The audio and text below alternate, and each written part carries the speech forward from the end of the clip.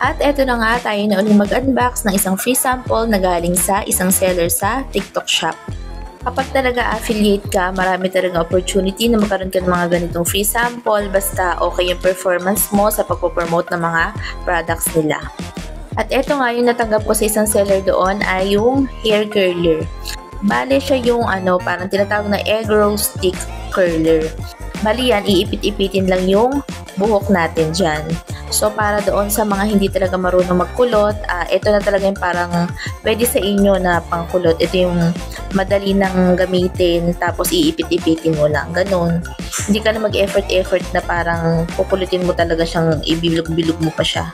Ayan, bali iipitin nyo lang yung pinakabuhok nyo dyan, tapos depende syempre sa tolerance ng heat ng buhok nyo, yung katamtaman lang na init na kailangan ng buhok nyo para makulot. Tapos yan, meron ding settings para sa heat. Bali 5 yung pinaka-settings niya. Tapos i-long press nyo kapag papatayin, ganun din pala kapag bubuksan.